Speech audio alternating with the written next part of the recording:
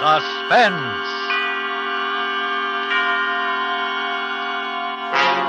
Autolite and its 96,000 dealers present Mr. Robert Taylor in 4 Hours to Kill, a suspense play produced and edited by William Spear.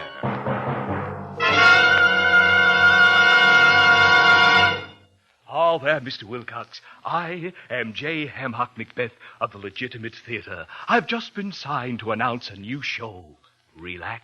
Okay, let's hear you do something with famous Autolite resistor spark plugs. Of course, I might begin thusly. To be or not to be, that is the question. No. The only question is how soon Autolite resistor spark plugs will be demonstrating their advantages to every car owner in the land. But You see, my friend, Autolite resistor spark plugs with their exclusive built-in 10,000 ohm Autolite resistor let your engine idle smoother, give better performance on leaner gas mixtures, actually save you gas. What's more, Autolite resistor spark plugs have 200% longer electrode life. Cut down spark plug interference with radio and television. So see your friendly Autolite dealer and have him install a set of the new Autolite resistor spark plugs in your car. Remember, you're always right with Autolite. And now, with 4 Hours to Kill and the performance of Mr. Robert Taylor, Autolite hopes once again to keep you in suspense. So you want to know what's the matter, what's wrong with me? Okay, sit down on that bench over there. Make yourself comfortable, because this takes a while to tell, and I want to get it all off my chest. You know, now that it's over, I can look back and see everything in perspective. Clear back to the days when my brother Walter and I were kids in Vermont. And I can see now that my life's divided into two halves. The first 34 years and the last 4 hours. Yeah, 4 hours ago, I was standing at the big front door of the Bachelors Club, on my way up to see Walter for the first time in 5 years. I knew it was going to be tough, but things had changed since the last time we were together. Walt had arrived now. He was the kind of New York lawyer who divides his time between the front page and the society section. I was just still a newspaper bum. The competition between us was over, and I was hoping that now, with the numbers up on the scoreboard for everyone to see, Walter might let down a little. Decide he could afford to call off whatever it was that had set us at each other's throats from the beginning. Anyway, that's what I hoped. As I said, I knew it would be tough. Asking Walter for anything was always tough. Well, I finally swallowed what pride I had left and walked into the lobby. At the desk next to the stairway, the clerk was in a huddle with a bellboy. Well, for the love of Pete, what is the guy... It's one of those clubs where you're supposed to put a call through the desk before going upstairs. I stood around waiting for a minute, then figured it might be better if Walter didn't know I was coming, so I walked past them. They didn't even see me. The guy nails me, blows higher than a kite because I ain't there with all 7 courses. So I say to myself, okay, so the guy's got a load of martinis. Well, you know, I'd call him for you, but his phone's tied up. Well, I'll tell you one thing, Larry. Starting tomorrow, someone else is going to take care of Walter. So it was Walter, with a load of martinis. I should have stopped right then, turned around, and walked out. It's my exit cue. But I muffed it. Well, nothing can change that now. Anyway, I walked on up to the second floor and down the hall to 206.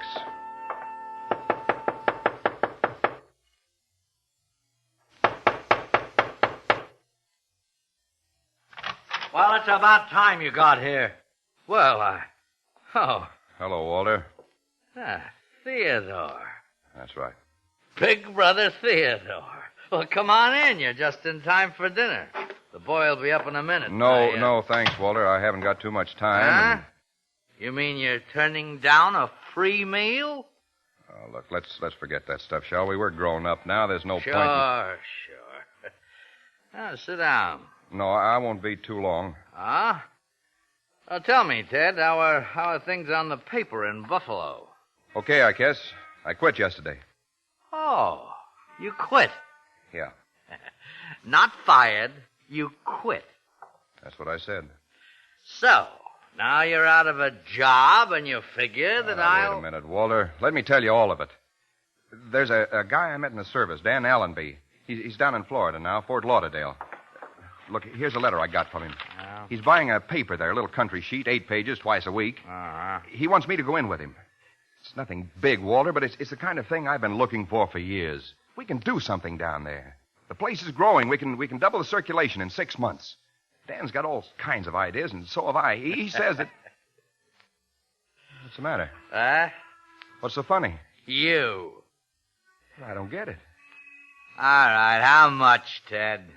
Well, the price was $10,000. I'll need half of it. $5,000. That's right. Same song, 82nd verse. I'm not begging, Walter. Oh, what is it, then? I'm asking you for a loan. I'll sign a note. Well, what about it? What happened to your pride, Ted? I thought we agreed to forget I all... didn't agree to anything. You've not only lost what pride you had, you haven't even got any good sense. Okay, Walter. That answers my question. It's good for a laugh, though. Big brother Theodore crawling up on his belly to... Shut up, Walter. $5,000. You thought I just... I said shut up. Over. Hey, let go of me. I've had all of you I'm going to take. You hear that, Walter? I've had all... Let go of me. Okay, Walter. Okay. You've had that coming for a long time, Walter. Yeah, you're right. I was stupid, thinking you'd... Well, get up. Come on, Walter, get up. I won't bother you anymore. Walter. Walter.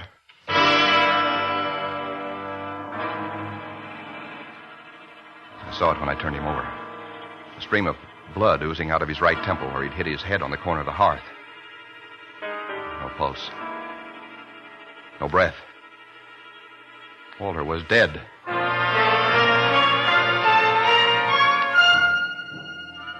In a spot like that, you don't think. You move. No one knew I was in New York. And I was sure the clerk and the bellboy hadn't seen me cross the lobby. If I could get out without being spotted, I had a chance. I picked up the letters from Allenby, went to the door, and put my handkerchief over the knob. Turned back to give the room a last look before I left. That's when I saw it. The telephone receiver was off the hook.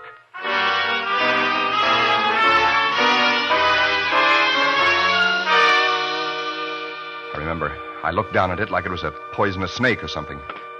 Started to hang it up, then changed my mind. Hello? Walter? Yeah, this is Walter. Really? Sorry, I kept you waiting so Wait long. a minute. Let's have an understanding right now. When I want a good newspaper man, I'll call you. When I want impersonations, I'll go see the floor show at Leon and Eddie's. Now, why don't you call your brother and tell him I'm getting tired of holding this telephone? Oh, who will I say is calling? He knows. I made that pretty clear just before you barged into his apartment. What makes you think I barged in? Just a guess. Am I warm?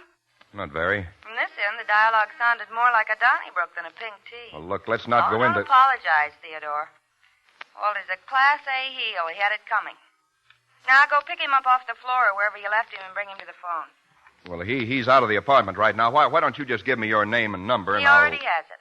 I gave it to him a year ago in a moment of weakness. Tell him I'll call him back in an hour or so when he's better able to talk. Hold it a minute. You dinner, Mr. Pomeroy? Listen, Walter won't be back till late tonight. You'd better call him at his office in the morning. You got that? Yes, but he wanted... Mr. Pomeroy? If I'd had any sense, I'd have given up right then with the bellboy pounding on the door, with that girl on the phone who could send me to the chair with a word. But as I said, in a spot like that, you don't think. Something else takes over. You in there, Mr. Pomeroy? I had to get my hands on that girl. I knew he'd have her number written down somewhere. There was nothing on the telephone stand. Nothing in the drawers but a couple of bridge score pads and some other junk. I wiped the knobs of the handkerchief and turned back to Walter, began searching his pockets. The bellboy was wrapping some keys outside when I found it. A little brown, leather-covered book with some names and numbers in it. I jumped toward the door, slid behind it just as it opened. Mr. Pomeroy, I knocked and I thought... Holy cow! Larry! Larry! Larry!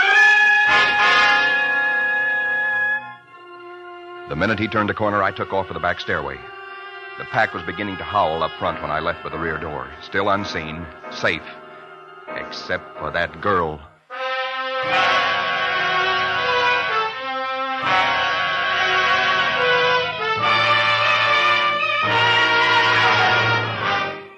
Autolite is bringing you Mr. Robert Taylor in 4 Hours to Kill. Tonight's production in radio's outstanding theater of thrills, Suspense.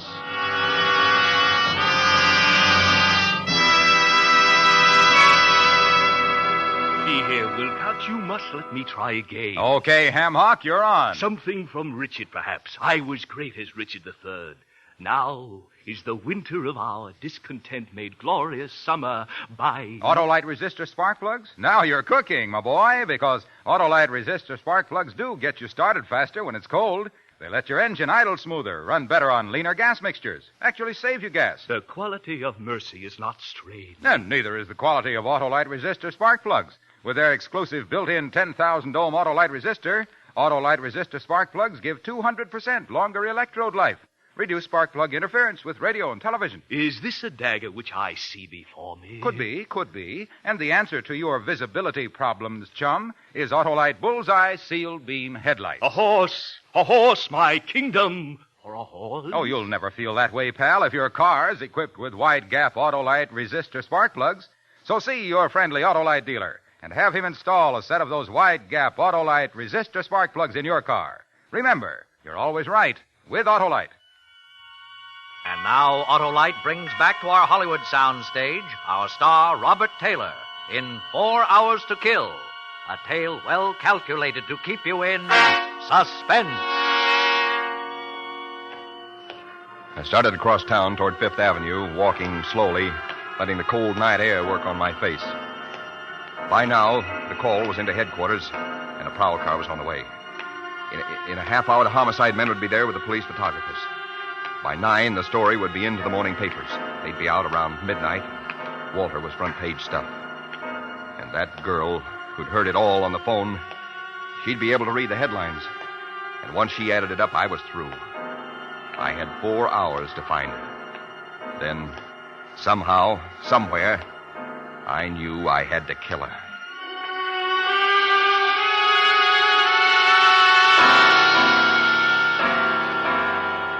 I found a phone booth in a Fifth Avenue drugstore and took out the memo book. He'd scribbled first names and phone numbers on 4 or 5 pages. The rest of it was blank. No addresses, nothing else to go on. About a dozen of them belonged to women. So I started on number 1. Anna Lee had a Murray Hill number.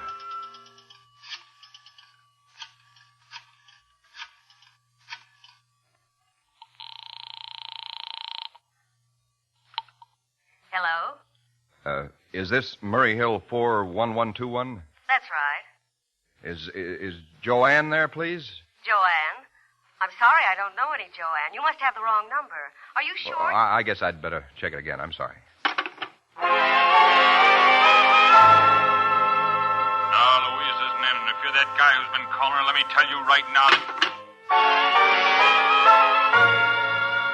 You say you're making a survey? Well, my little old head isn't much good at figures, but I'll surely be glad to help you all out.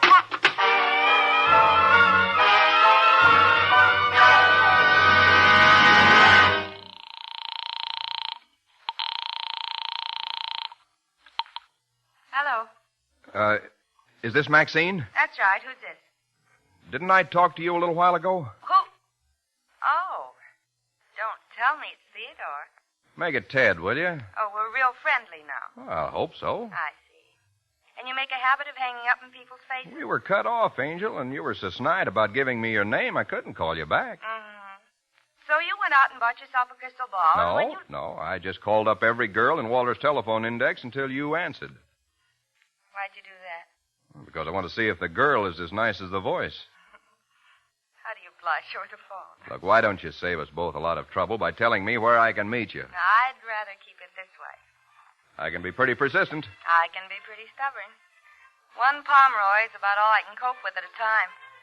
I'm awfully sorry, Theodore, but Wait a minute. What's that music? The radio? No, it's not the radio, and please don't bother me. You're a nice boy, but I'm too busy right now to play games. Look, you've got to at least give me your last name, Maxine. Good night, Theodore.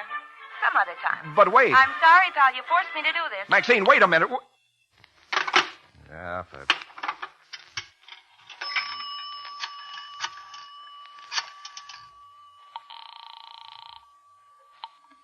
Information.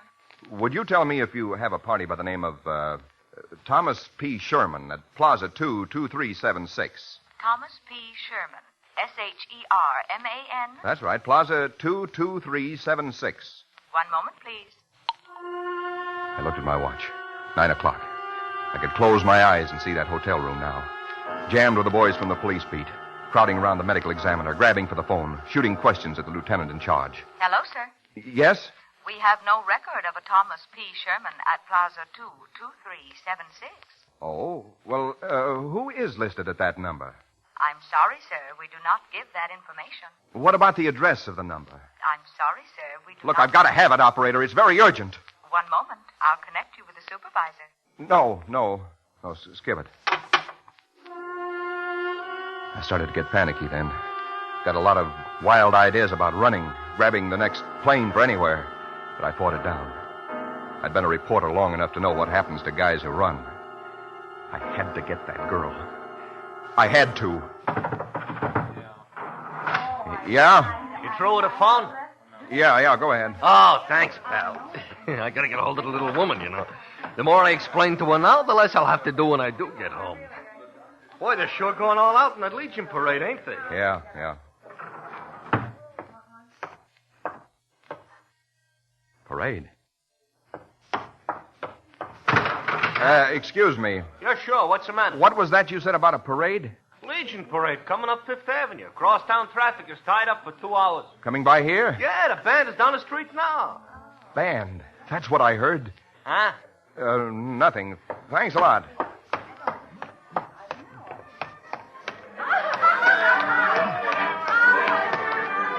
Crowds were lining the curbs outside. Down the avenue, somewhere around 78th Street, I could hear the band at the head of the parade, marching toward us. The same band I'd heard over her telephone, passing so close it almost covered her voice. She was on a low floor, next to the street, and the band had passed her at exactly 1 minute to 9. I remembered looking at my watch. I stood there and waited for the band. It was a wild idea, but I had a feeling if I figured it carefully, I could come pretty close. I walked a block with the band, then another one to make sure. It took them 1 minute and 20 seconds to cover a block. We hit 84th Street at 16 minutes and 20 seconds past 9. They'd covered exactly 13 blocks since they passed her telephone. That made it somewhere around 71st Street, on a ground floor. An apartment, maybe a residential hotel facing Central Park. I turned and started running back down Fifth Avenue. I was getting close, and there were still 2 hours before the morning papers hit the street.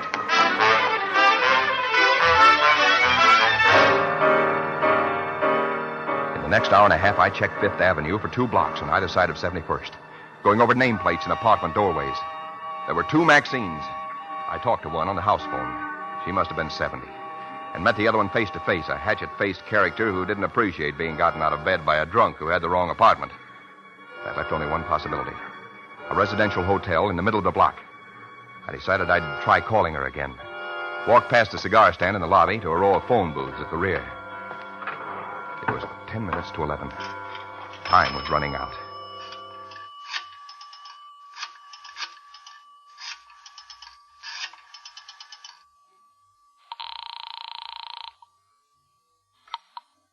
Hello. Hello, Maxine? Here we go again. What is it this time, Theodore?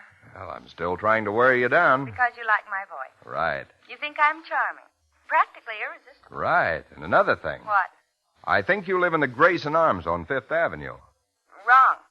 I live on the other side of town. Wait now. Be honest with me, Angel. Now, hold it a second, will you? She was lying. She knew what it was all about and was playing with me. The panic came back. I looked across the marble floor of the lobby toward the cigar stand. A customer was standing there. A girl had appeared behind the counter to wait on him. Then he left and another guy came in. My heart stopped. It was the distributor with a bundle of morning papers. Hi, Eddie. Hiya. Bob ready to fold? Mm-hmm. Leave him on the counter. Okay. Night. Night. My mind was paralyzed. It didn't sink in. Not even when I saw the girl turn away and pick up the phone. Now, let's see. Where were we, Theodore? You were stringing me along about living on the other side of town. Listen, Maxine, you've got to... Hello? Ted, are you there? Yeah. Sorry. Maxine, have you got the time? Oh, just a second. I saw the girl put down the phone, hold her watch up toward the light. It's 5 to 11. When are you through work? Right now. Wait. How'd you know I was working? Stay put for a minute, and I'll tell you. Ted. Ted, what do you mean, stay put a minute? Hello. I'll be right with you, sir. Hang on, Ted. Yes, sir. Package of those, huh? Yes, sir. $18.25. Thanks. Anything else? That's up to you. Oh, now look. Wait a Ted. minute. I told you I was the persistent type. Why? You're Ted. Disappointed? Oh, not exactly. How did you find I was calling from the booth over there. But how did you find this place? My crystal ball. Oh, you ought to get yourself a booth at the county fair. You'd make a fortune. It's only a sideline. Do you really live across town? Worst-looking brownstone on 75th. But it's home. Good, then I can walk you home. Walter won't like this. He won't mind. Okay, Theodore, I'm whipped. Let me lock up and get my things. I'll be with you in a minute. I waited while she shut things down, threw a tweed coat over her shoulders, put a blue felt hat with a feather in it on the back of her head. The face matched the voice. Dark hair, wide-set blue eyes with laugh wrinkles at the corners. I wasn't thinking about that then. I was thinking what a break it was she lived across town on the other side of Central Park. Ted, Huh? mind if I mention something? No, go ahead. We're going the wrong way. Main path across the park's down there. Yeah, I know. I just don't want to meet any cops. The park's closed after nightfall, you know. You don't mind? No? I don't mind. At the last minute, she grabbed a paper off the pile, folded it, and stuck it in her pocket without looking at it. We turned into a dark byway. She moved closer and took my arm. The paper pressed against me like a hot branding iron in my side. My heart was pounding now. There was a choking lump in my throat. I hardly dared to talk. I'm sorry I gave you such a bad time tonight, Ted. Forget it. I guess I thought you'd be different. More like your brother. Why are we stopping? Why did you do it? What do you mean? You can let your hair down. Walter can't hear us. Why did I do what? You mean you do this every night? Huh? Call up strange women, tell them you've fallen in love with their voices? Oh. Well, let's not talk about that now. I don't get it, Ted. Look, I'll tell you later. Never mind. I just thought it was worth mentioning. Guess I was wrong. Night, Ted. I can make it the rest of the way alone. No, wait. I mean it. Let go of me. Quiet, Maxine. It's a cop. He'll hear us. I don't care. Hey! Anyone up there? I held her tight, my lips hard against hers. I heard the cop walk by on the main path 50 feet away. There in that dark byway, I could have done it. 10 seconds, maybe 20, and it'll be over. I'd be free. But I discovered something else. As I felt her respond, felt her arms tighten around me. I said it before, back in that room with Walter's body at my feet. I stopped thinking. Something else took over. I was like an animal, fighting for life, going on nerve and instinct. But there in that black pathway in the park, I began to think again, like a human being. And I knew that whatever it is that's born into a murderer wasn't in me. That, love her or hate her, I could no more murder this girl in cold blood than I could fly to the moon.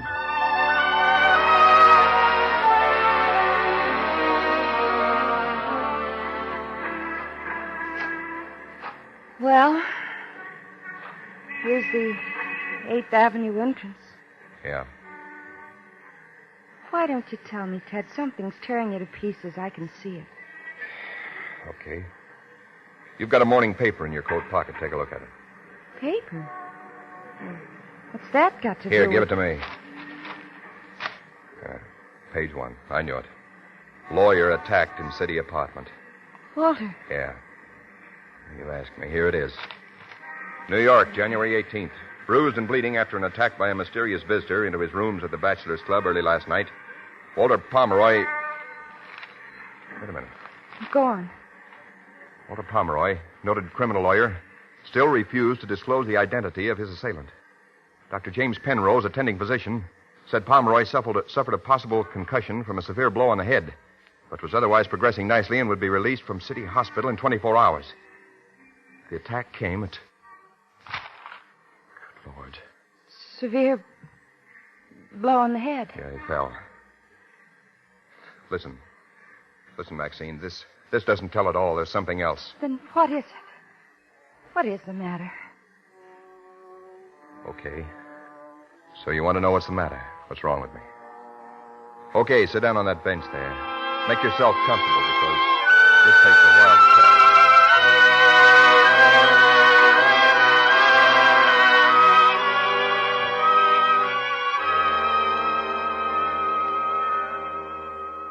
And that's it. That's what's wrong. I wanted you to know all of it because, well, you're important to me now, maybe more important than anything else in the world.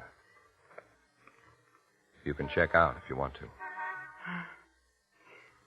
It's nothing a cup of coffee won't cure. Max. There's an all-night stand around the corner. Got 20 cents.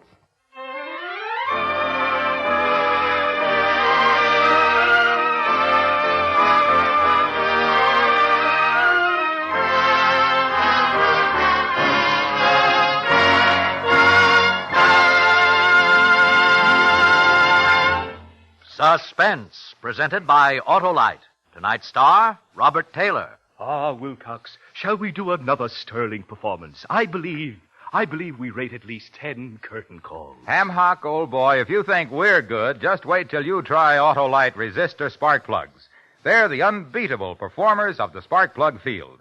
And they're only one of more than 400 products made by Autolite for cars, trucks, planes, and boats in 28 plants coast to coast.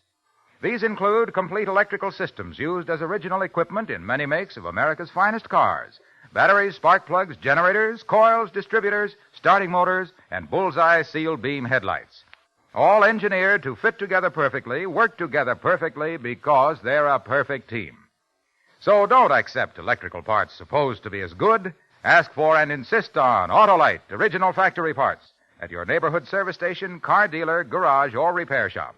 Remember, you're always right with Autolite.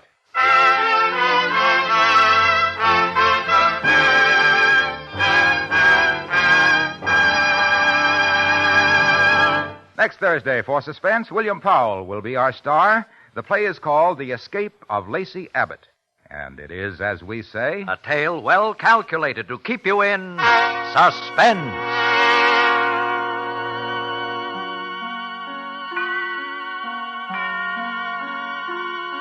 Tonight's suspense play was produced and edited by William Spear and directed by Norman MacDonald. Music for Suspense is composed by Renee Garrigank and Lucien Morawek and conducted by Lud Gluskin. 4 Hours to Kill is an original radio play by Harold Swanson. Robert Taylor will soon be seen with John Hodiak and Arlene Dahl in the Metro-Goldwyn-Mayer production Ambush. In the coming weeks, you will hear such stars as Ozzie and Harriet Nelson and Rosalind Russell. And don't forget, next Thursday, same time, Autolite will present Suspense, starring William Powell.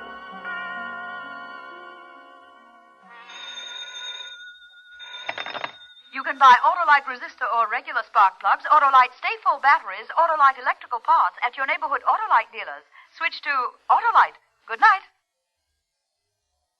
1,600,000 men still wear the uniform of the Army, Navy, Marines, and Air Force. It's good to know that the USO extends them a friendly welcome no matter where they are stationed.